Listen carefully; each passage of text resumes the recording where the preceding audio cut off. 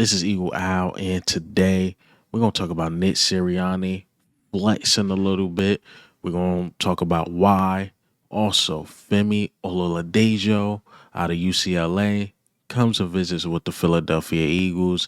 Lastly, Sidney Brown is in the lab, and let's get straight into it. All right, before we hop straight into it, we gotta leave Johnny Wilson alone, man. Leave him alone. The dude want to date. He's a young guy. He's on a dating app. Leave him alone. I get on Twitter and I'm like, why is Johnny Wilson such a trending topic? Because I honestly didn't get the screenshot. And they're like, oh, I'm reading the comments. Oh, it's a dating app he's on. So what? Let him date. But y'all want to have a real conversation about him that I've been trying to have since he got drafted. I'm like, yo, when I watch Johnny Wilson play, he plays very small. You want to think he's 6'7", 6'8". He plays like he's 5'8", 5'7". He plays small. He don't have the best hands, but he's a good blocker.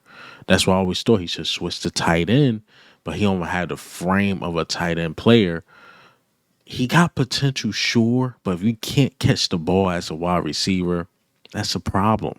That's the real conversation I want to have about Johnny Wilson. But y'all using this dating app thing to, attack him. Y'all like, oh, instead of being on dating app, go on the job machine. Instead of thinking of your dating life, go catch some footballs. That's what y'all saying. I told y'all he needs some development to do. Now he was drafted what, sixth round. So just let him develop, leave him alone. It's off season. He trying to get some girls, and he trying to do his one too. All right, let him rock. All right, so let's get into the main topic. Sidney Brown. Sidney Brown has been posting video after video after video of him working out, and I love to see it. I definitely love to see it because can transition and be that starter. As of today, he is the starter. There's no Justin Simmons or Julian Blackman on the team. Sidney Brown is the starter. Now, do we bring in competition from the draft? Do we bring in competition after the draft? We will see. But Sidney Brown, I thought he was moving fast when he had the torn ACL. I'm like, Sidney Brown working out like that? Just coming off a torn ACL? But yeah, man, he's been working. He's been grinding every single day. If you go to Sidney Brown Instagram, his page, he's out there grinding, working, doing what he have to do, and you love to see it because he's looking at it too, like that spot is mine to keep. That spot next to Reed Blankenship, again, that's his spot to keep or his spot to lose. So keep putting in the work. I thought he showed flashes. A lot of people keep saying, nah, I didn't really see any flashes. For the limited time I seen him play, show flashes. I always say, if you go back and watch the Giants game, I get it. It's a Giants game, end of the season. The game really doesn't matter. I thought Sidney Brown played flawless. PFF agreed with me. The tape agrees with me. I thought he was really, really good. He caught a pick. He was all over the field in coverage. He made good hits. Now, he can get a little reckless. That's the problem with Sidney Brown. He can get reckless. And I think that Fangio can slow him down. And it's crazy. We're talking about a player slowing down. Now, if you could slow him down a bit, make more technical sound things, Sidney Brown can easily be at least a Pro Bowler in this league. All Pro might be a stretch, but Pro Bowler in this league and a quality starting safety, he can be that. He can do that. But this is opportunity. CJGJ's out the way. It's your opportunity. Keep working, keep grinding. And I'm happy for Sidney Brown. He can finally get a shot. Hell, if you really want to think about it, one of the reasons why we signed CJGJ is because Sidney Brown was going to be out. We didn't have too many options. CJ Gardner Johnson, new Philly. We know he's going to bring the heart and soul and grit. That's why I thought he's going to at least be here for 2 years, but it didn't happen. And I think Vic Fangio sees something in Sidney Brown. Because if he didn't, we would have brought in somebody by now. But I don't want to talk too fast because it could be like with the 32nd pick, if Malachi starts is falling, he can be there. And if you draft him first round, that does make things sticky for Sidney Brown. And that'd be more and more questions like Reed Blankenship and him going on his last year, it'd just be a lot of questions of what's going on with Sidney Brown. But we'll see. We'll see after the draft. And if we do draft for safety early, we definitely gonna talk about it. All right, so let's get into another topic. So Nick Sirianni flexing his muscles. What do you mean by that, Eagle Owl? So my last video, I was definitely wrong. Unlike Diana Rossini, she's been wrong about the Eagles, about the reports coming out of Philadelphia. But she might have been right about this one because this tush push thing is getting a lot of buzz. Coaches and the NFL committee, they having meetings, and the one thing that's being pushed hard is the tush push. The tush push. So we thought it was just the Packers crying, but then you starting to see these teams little by little. I know it was a press conference like early in the offseason where the Falcons were complaining about it, the Bills. But the new team I'm starting to see is like the Rams, like Sean McVay. Then the Cowboys are starting to complain about it. So teams are coming out like, I think it's time to get rid of this play. Now, Nick Sirianni was asked about it. He's like, look, I know we got 4 votes. Jonathan Gannon, we helped you get a job, big dog. Kellen Moore, I'm saying. Shane Steichen, I'm saying. It benefited y'all when I was here. Don't change up. Don't change up. So that's Nick Sirianni. Like, look, I get guys head coaching jobs. Like, y'all better be on my side. So you flexing a little bit. But Howie Roseman, heard he had like a argument with like I think a Packers guy and Sean McVay or something like that, and they got real animated. Like, yo, why y'all want this play banned so bad?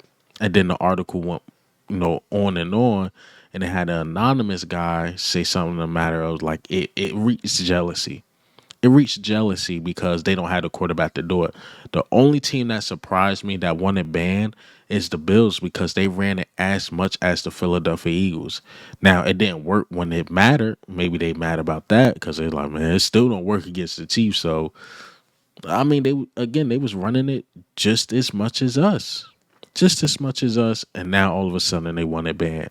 It don't get players hurt or anything like that. They just don't like it because the Philadelphia Eagles are good at it. And I think the regular QB sneaker just worked for us, in my opinion. So, yeah, again, Stephen Jones saying, well, you can't push the defensive guy and all these other guys bitching and complaining. Sorry for the family members that watch me, but it is a whole lot of bitching, man. Let's be honest. It's a whole lot of bitching about this play. Hopefully it don't get banned, and if it does, hey, extra hunger for us. Maybe them tush push plays could be more touchdowns for Saquon. Maybe we get more creative in the red zone. Maybe more passing touchdowns. Like, who knows? Maybe our tight end to get more touchdowns, whoever that's going to be. Maybe A.J. Brown, Devontae Smith could get more touchdowns. Jalen Hurts still can squat about 600 pounds, so regular QB sneaker work. But I'm starting to get that feeling, man. It might get banned. It might get banned because you got to think these teams are jealous. Packers tried to run it. Jordan Love's just not good enough to run it. Well, Matthew Stafford like 40. He's not going to run it at all. Jaden Daniels in our division, too small. Dak Prescott, too injury prone. So while we could take advantage of it because of the personnel we have, you look at these other teams besides really the Bills, these other teams really can't run it. Like even the Baltimore Ravens, they can't do it with Lamar Jackson. So they used to have a tight end do the tush push. So, it's jealousy. It's definitely jealousy for, a quarterback that can't do nothing. You know how they talk about Jalen Hurts. He can't do nothing, but I want to get rid of a play he's elite at. Whatever, man. The last but certainly not least, let's get into some draft talk. So Femi Oladejo took a visit with the Philadelphia Eagles, one of the teams that visit with him. I like his play. Strong, athletic. At one point, he was an off-ball linebacker. They moved him to edge. He's really good at stopping the run. I mean, really good. But his his pass rushing needs some work. But like I said, he's raw. So off ball linebacker just switched to edge, but he showed a lot of flashes at edge. And I think Vic Fangio could get his hands on a guy like this, especially with his ability, like just his raw talent, speed rush, the willingness to hit hard. Like his ability is off the charts. That's why he was able to go from off ball to edge the way he play. But again, just the pass, the pass rush just need a little work, need a little tooling. They got him projected like day two pick, so he could go second, third. Maybe he could fall to us like late second.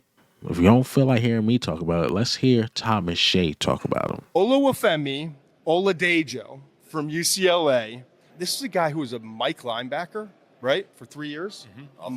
A Mike. Moved him to edge. Now you look at him and you're like, he's found his home. He's a versatile player who can drop into coverage every once in a while. He's 6'2 and a half, 261 pounds, 33 and a half inch arm length, like not elite measurables, but a guy who was playing Mike that just fits better on the edge. And I thought he did some great things, like long, strong, not elite athleticism. Like he's not like elite in terms of like inside out and quick agility, but he's got great speed, like straight line speed. When he gets a beat on a guy, he's going to track you down, and he loves ball. See what I mean? Like a guy that can develop and a guy that loves football. That's a guy you want in your locker room for sure. So, if we don't get an edge rusher in the first round, I won't mind the second round. Get a nice raw talent edge rusher that you can work with. Hell, and then if you really think about it, if he can't work at edge rusher, can always move him back off the ball. As we know, Vic Fangio, he know what he's doing. Look at Zach Bond. So he know how to develop these dudes. But that's all I got for you guys today. And hey, man, what do you think? How do you feel? A lot of jealousy with the tush push. Sidney Brown putting in the work. Little trap talk about Femi. But this is Eagle Owl, man. I'm out.